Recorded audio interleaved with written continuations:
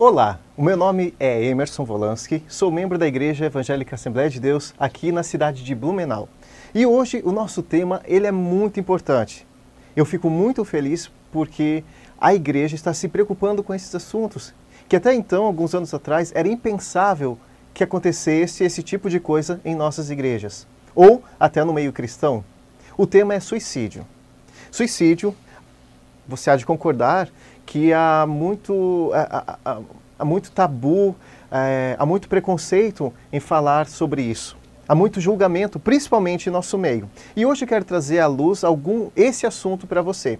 Eu sei que você, professor, já leu a sua lição, então parabéns. Parabéns para a CPAD que está se preocupando com esse assunto também.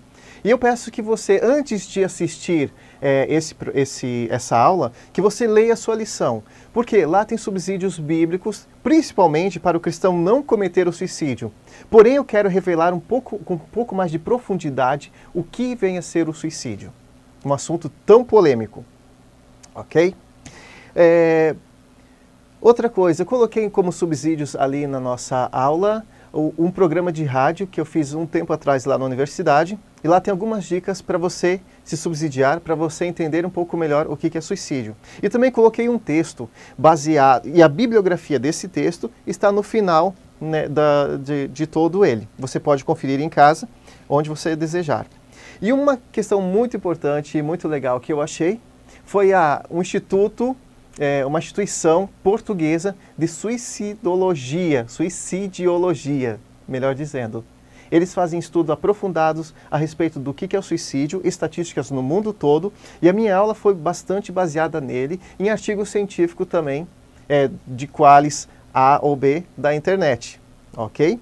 Sem falar na Bíblia Sagrada e nos livros de psicologia também, a qual a gente anda lendo. Eu sou psicólogo e aqui na igreja atuo como conselheiro, e esses assuntos, vira e mexe, acabam por chegar até nós. Vamos lá. Então,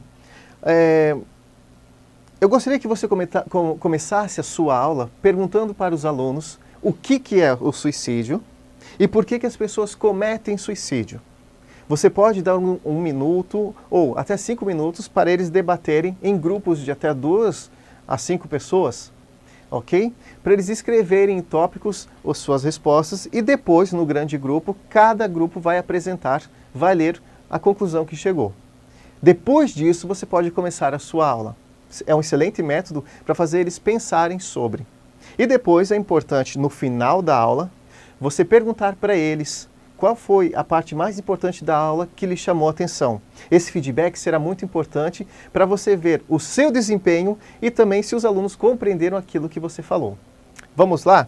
Primeiro, quero começar com alguns dados muito importantes. Você sabia que a Organização Mundial da Saúde, a OMS, chegou à seguinte conclusão, que no mundo temos 3.000 suicídios por dia. Ou seja, a cada 40 segundos, uma pessoa está se suicidando. E essa tendência é aumentar ainda. Bom, isso sem falar também nas tentativas de suicídio. A cada um suicídio que infelizmente deu certo, temos 20 tentativas que deram errado. E esse número vai crescer. Estima-se que em 2020 o número de suicidas atinja 1,5 milhões por ano. Então, vai crescer a taxa de suicídio, infelizmente. No Brasil, no ano de 2012, eu não consegui achar uma base um pouco mais atual, registramos 11.821 mortes por suicídio, sendo 9.198 de homens e 2.623 cometidos por mulheres. E esses números podem ser bem maiores. Por quê? Porque os meios a mídia não divulga a causa da morte, geralmente. Temos, por exemplo, uma cidade aqui no sul, chamada Pomerode, que infelizmente ganhou uma fama de ter um número muito elevado de suicídios em relação ao número de habitantes. As cidades do Vale do Itajaí, aqui no sul do Brasil, infelizmente, têm essas marcas e são as maiores do Brasil. Bom, e aqui não é divulgado, né, quando uma pessoa se suicida. Né? Isso não sai da mídia, é um acordo, né? Até mesmo para não incentivar outras pessoas a cometerem esse suicídio. Não sei até que ponto isso é importante ou isso é viável ou não. Acredito que as pessoas devem discutir essa questão do suicídio, porque o preconceito, né, leva à ignorância. Se nós não discutirmos esses assuntos, onde é que essa pessoa pode se ancorar quando estiver pensando sobre? Como é que essa pessoa vai perceber que está correndo para um suicídio, que está com esses pensamentos, se ela não tem mecanismos para entender a sua própria situação? Então é importante que ela converse, que ela tenha informação. Bom, e a grande pergunta por que as pessoas se suicidam?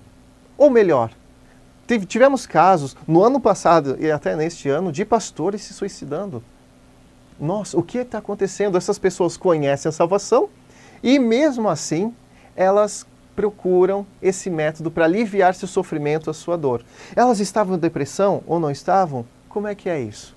Bom, tem alguns mitos dizendo que todo suicida era depressivo. Não necessariamente. Todo depressivo tinha uma decepção. Não sei te afirmar sobre isso. Por quê? Me baseio em estudos científicos, ok? Bom, uma das respostas que nós temos a respeito do por que a pessoa comete suicídio, alguns estudiosos dizem que determinadas pessoas têm uma predisposição a cometer o suicídio, que são desencadeadas por frustrações em sua vida. Bom, problemas emocionais, como a depressão, transtornos de personalidade, transtornos de ansiedade também, ataques de pânico, drogadição. Infelizmente, há muita confusão nesses temas. Normalmente, o suicídio é visto como uma forma de terminar uma dor, de aliviar uma angústia, um sofrimento. E mais tarde vou falar sobre isso também. E a gente deve encarar ele como um pedido de ajuda, sempre. Ok? Vou falar alguns mitos aqui mais abaixo, que vai te ajudar para você subsidiar suas aulas. Bom, o ser humano tem uma condição primária de sobrevivência. Fazemos de tudo para sobreviver. Por exemplo, ninguém consegue cometer suicídio trancando a respiração. Por quê? Porque não consegue. O nosso instinto de sobrevivência fala mais alto. E às vezes, por exemplo, a gente leva um susto, sai correndo. A gente tem um mecanismo de fuga. Pesquise, por exemplo, o que é a adrenalina, né? Esse hormônio ou esse neurotransmissor tão importante para o fisiológico, para a vida do ser humano. Dá uma pesquisada e você vai ver que o nosso corpo é programado, é criado para sobreviver. E a angústia é tão grande em relação a esse assunto, ou em relação às questões da vida, que a pessoa prefere ultrapassar essas questões de sobrevivência e mesmo assim conseguir cometer o suicídio. Bom, vamos lá. O tabu principal as pessoas se envergonham muito, né, quando tem esse problema, quando tem pensamentos suicidas, e até percebemos uma ignorância, muitos fazem uso de remédio, isso não é bem visto nas igrejas. As pessoas acreditam muitos crentes acreditam que para as questões psicológicas ou psiquiátricas, Jesus tem a solução. Agora, para a questão física, aí os remédios têm a solução. Bom, na meu ver, Jesus tem a solução para todas as coisas. Porém, Deus instituiu profissionais qualificados para ajudar as pessoas nas suas mais diversas dificuldades. Vamos andar. Bom, o suicida, o que leva ele a pensar que a morte pode resolver o seu problema ou pode terminar o seu sofrimento? Primeiro, quando uma pessoa está pensando, tem o pensamento suicida ou tem o tento suicida, ou seja, aquela pessoa que tentou, mas não conseguiu, geralmente ela passa por uma questão chamada isolamento. Há uma frequência muito grande de isolamento, sensação de estar fora de uma rede de apoio social e de não pertencer a um grupo. Esses são fatores primários que podem levar ao suicídio. Bom, existe diferença entre o suicídio do homem e da mulher? Sim. Geralmente, o homem, quando ele tenta suicidar-se, ele consegue.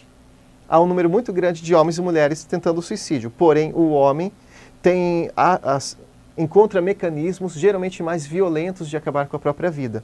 A mulher, outros. O número de mulheres que tentam suicídio e não conseguem é muito superior aos homens, porque os homens, quando tentam suicídio, geralmente conseguem. Hein?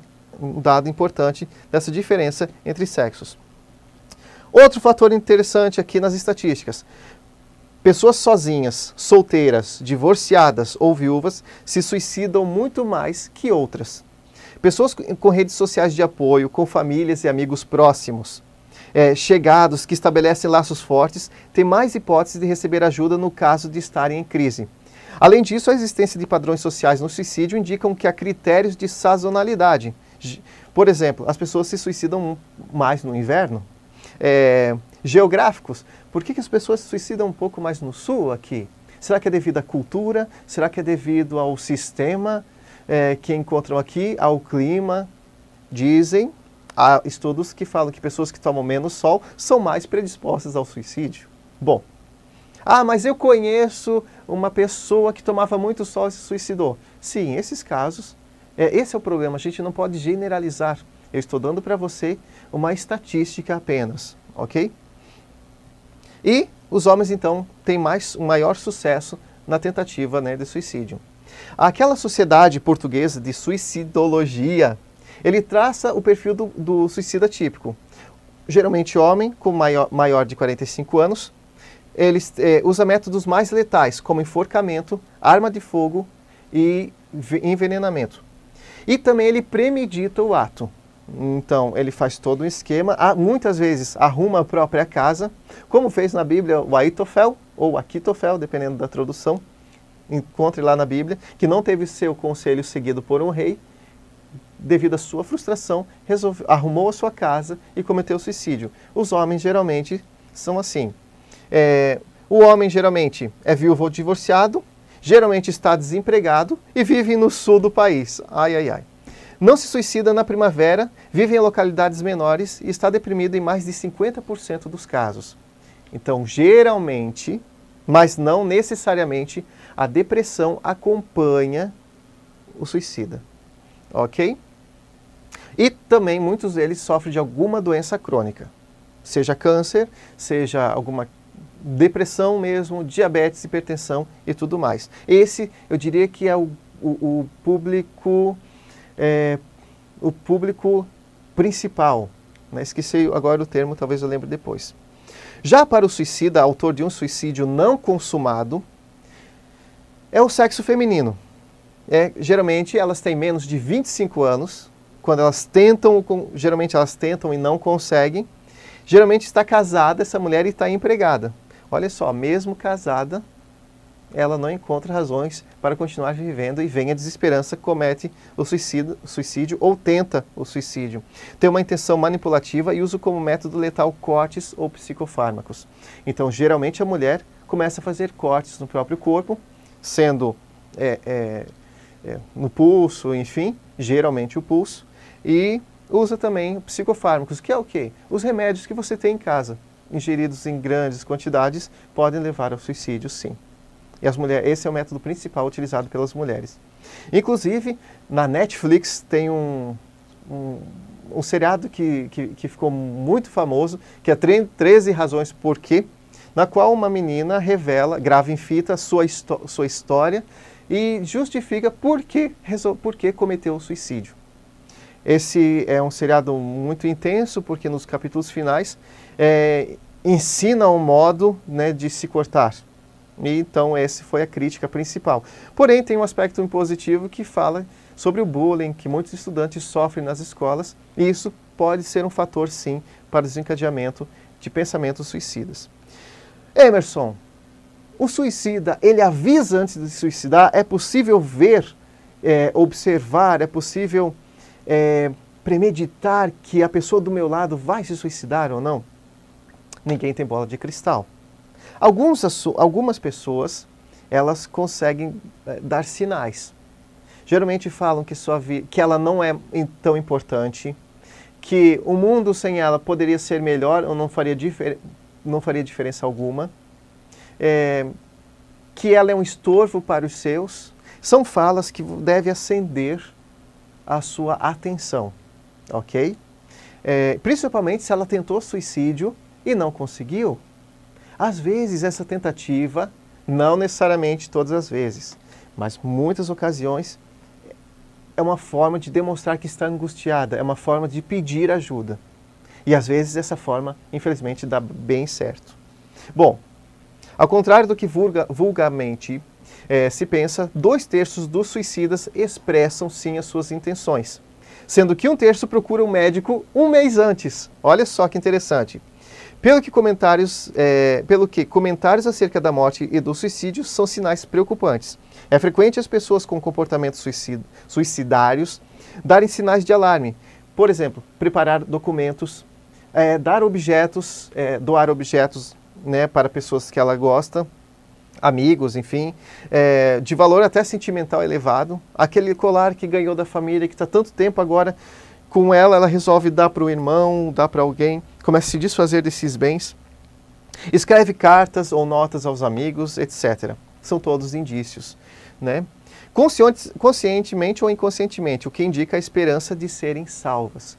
Quando uma pessoa, né, entrega algo muito de valor sentimental para o seu próximo, você percebe que ela está deprimida e faz isso, e ela geralmente assim, qual é o motivo? Ah, não sei, só gostaria que se acontecesse alguma coisa comigo, eu ficasse com você.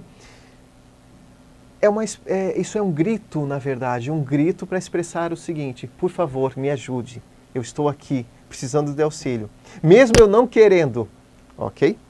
Bom, então, esse ato, ele é planejado? Como é que funciona? Bom, há indícios de que muitas pessoas que ao cometerem suicídio verem que está dando certo, se desistem. Por exemplo, há muitos casos de pessoas que se enforcam, mas são encontradas com a corda, com a mão tentando aliviar aqui. Significa que desistiram. Ou pessoas que se jogam de determinado local, né, de um prédio, alguma coisa assim, porém tem marcas na ponta dos dedos, o que significa que tentou se agarrar. Pulou, naquele momento desistiu e tentou se agarrar. Em todos os suicidas isso se encontra? Não necessariamente. Ok? Há muitos relatos de pessoas que tomam muitos psicofármacos, muitos remédios, ou se cortam, ver que aquilo está ficando pior e ligam para a emergência. Ainda bem que tiveram essa coragem. Inclusive, algo que a nossa sociedade tem para precaver, para proteger essas pessoas, é o CVV, o Centro de Valorização à Vida, tem em todo o Brasil. E mais abaixo ali vou falar o número para as pessoas que se sentirem com esse ímpeto, com esse impulso, ligarem, e uma pessoa do outro lado da linha, preparada, vai te ouvir sem te julgar. Ok? Vamos lá, eu gostaria que você lesse todo o meu material, né, depois dessa nossa conversa. E se você tiver alguma dúvida, você pode escrever, eu terei o maior prazer em responder para você. Bom, de acordo com esse instituto que eu falei, o português, há aspectos fundamentais que estão na base da ideia do suicídio e da concretização. Geralmente o suicida está envolto numa dor psicológica intolerável, uma angústia muito grande. Revela perda de autoestima, incapacidade de suportar a dor psicológica.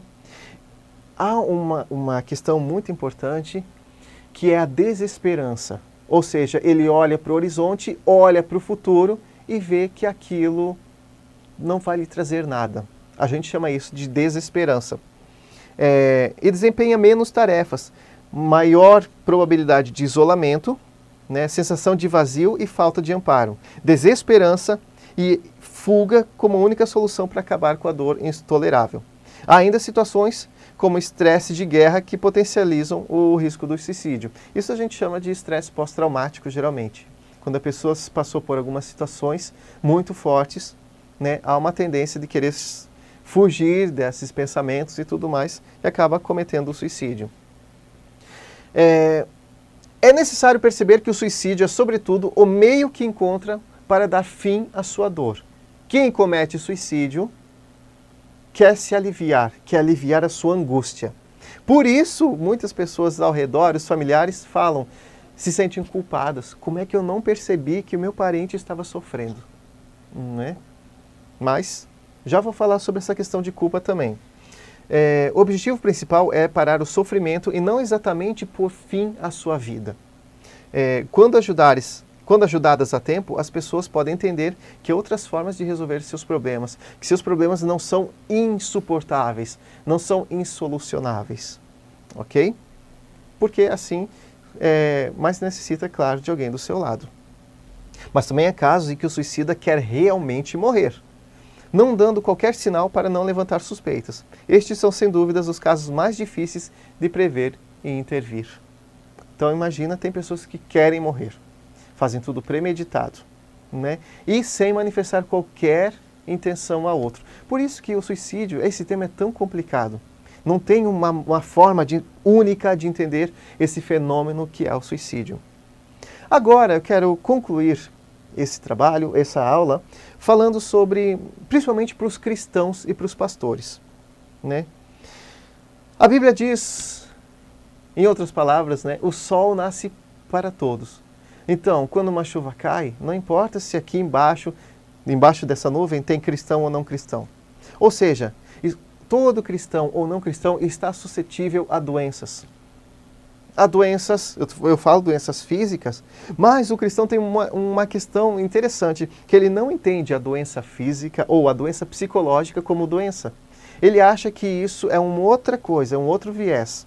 E taxam isso, julgam, como se isso fosse unicamente falta de confiança em Deus, que essa pessoa estaria em pecado. Olha o problema da teologia da prosperidade, que diz que se a pessoa está doente é porque ela está em pecado. Então, cuide com essas teologias doidas por aí, né?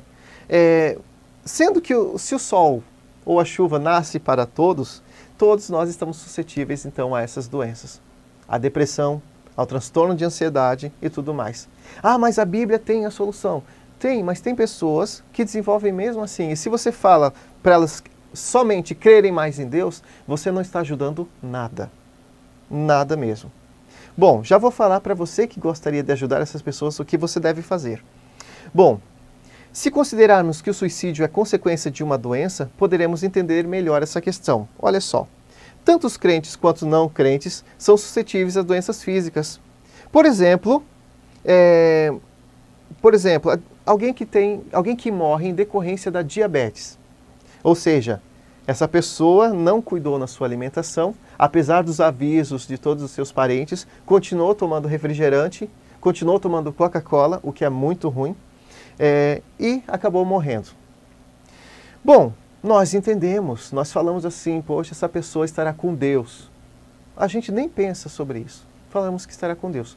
Porém, essa morte pela diabetes, ela apresentou sintomas, né? Às vezes, sei lá, o pé diabético, problema na circulação, alguma coisa nesse sentido, e morreu em decorrência, né, de uma infecção do pé diabético, por exemplo. Até aí tudo bem. Agora, quando uma pessoa está em depressão, como um sintoma ela manifesta o suicídio, ou pensamentos suicidas. Aí nós falamos, alguns são tão juízes que falam assim, essa pessoa infelizmente não estará com Deus. Olha, só Deus pode julgar. Acredito que Deus entenderia essa pessoa também. Porém, de forma alguma eu incentivo, ou qualquer cristão deve incentivar outros a se suicidarem. A palavra de Deus tem muitos subsídios para você não cometer tal ato. E os seus próximos para te ajudar também. Se alguém morre, por exemplo, agora se uma pessoa se suicidou com sintoma de uma depressão, por exemplo, aí julgamos. Doenças psicológicas e psiquiátricas, desculpem. Agora respondendo, por que tantos pastores se suicidam? Você vai perguntar por aí, existe N respostas. Mas infelizmente todas essas respostas são hipóteses, não significa que são reais. E todo mundo pode opinar, né? Mas penso que devemos estabelecer em nossas igrejas, ou seja, infelizmente temos apenas hipóteses, mas uma coisa que pode prevenir essa questão do suicídio é o pastoreamento mútuo. As pessoas devem ver seus pastores como iguais. Eles não são maiores, não são mais santos, não são menos pecadores e não estão mais salvos. Se o pastor entende o seu lugar como filho de Deus e como ser humano, dificilmente haverá o tento suicida partindo, claro, o tento suicida. Bom, os pastores têm dores e são seres humanos. Por outro lado, o pastor também deve perceber e não aceitar que as pessoas coloquem eles como pedestais. Então, a igreja deve ver os pastores como iguais, e o pastor também, se perceber que a igreja está tratando ele com muita honra, mas muita demais, se ele perceber que tem um ego ali, que ele está até gostando disso, dessa questão da autoridade, do poder, cuidado, pastor, cuidado. Olha só, você deve perceber e não aceitar que as pessoas os coloquem em pedestais. Se assim você pensar, e esse pastor um dia vir a estar doente, será mais fácil para ele dizer para a igreja que ele sofre, se ele aceitar que ele está num pedestal, e ele vir a estar doente, para ele vai ser muito difícil buscar ajuda. Porque daí ele tem umas crenças, às vezes, de que ele deve ser o principal, de que ele deve ser o exemplo. E olha, nesse mundo, né, somos seres humanos, todos estamos debaixo da graça de Deus, todos. Então, muitas vezes ele vai ter dificuldade, ele vai ter doenças, ele vai ter pensamentos suicidas, sim. Ele vai ter, muitas vezes, o pastor, vai estar suscetível aos mesmos pecados que nós, a igreja. Ok? Para ele vai ser muito difícil. Porque ele vai acabar se revelar e ele pode ter um pensamento estranho, por exemplo. Se esse pastor vir a estar doente, será mais difícil para ele dizer que sofre, pois tem a crença de que se souberem que ele sofre, ele pode até perder o respeito da igreja. Bom, esse é um ledo engano.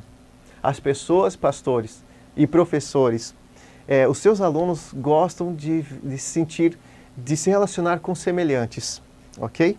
E pastor, você não é autossuficiente. Tenha um pastor. Então, o pastor deve estar sob autoridade. Não diria autoridade, mas eu diria assim, confessar as suas questões a outros pastores também. E às vezes até um membro da igreja, por que não? Mas aquele membro que pode auxiliá-lo, né? Se estiveres doente, procure médicos ou psicólogos que podem te ajudar. Não é feio, não é errado, ok? Que eles poderão te ajudar. Promova em sua igreja o pastoreamento mútuo, aquele baseado em Tiago, né? Promova de alguma forma que as pessoas possam se confessar umas às outras. Por quê? Porque assim você vai estar ajudando muitas pessoas, muitas das quais você nem sabe o nome. Porque às vezes a igreja é grande demais e você não tem controle sobre todas as pessoas. Nem deveria, né? Mas conhecer todas seria interessante. Mas olha, e a igreja de 3.000 membros, enfim, com milhares de membros, fica difícil. Então promova em sua igreja algo que faça as pessoas se conectarem, estarem numa rede de apoio, perceberem umas às outras. E uma grande dificuldade que temos em igrejas grandes é porque você entra e sai e muitas vezes ninguém te cumprimenta. Se você faltar no culto, ninguém percebe a sua ausência. E isso é complicado. Então, existe mecanismos, sim, um deles, pastoreamento mútuo, que pode ajudar essas pessoas a se sentirem mais confortáveis, não seria essa palavra, mais aceitas dentro das nossas igrejas. Ok? Eu gostaria que você lesse lá, né, o que eu coloquei lá nos subsídios para você. Bom, para finalizar agora realmente, quer ajudar alguém que está pensando em suicidar-se?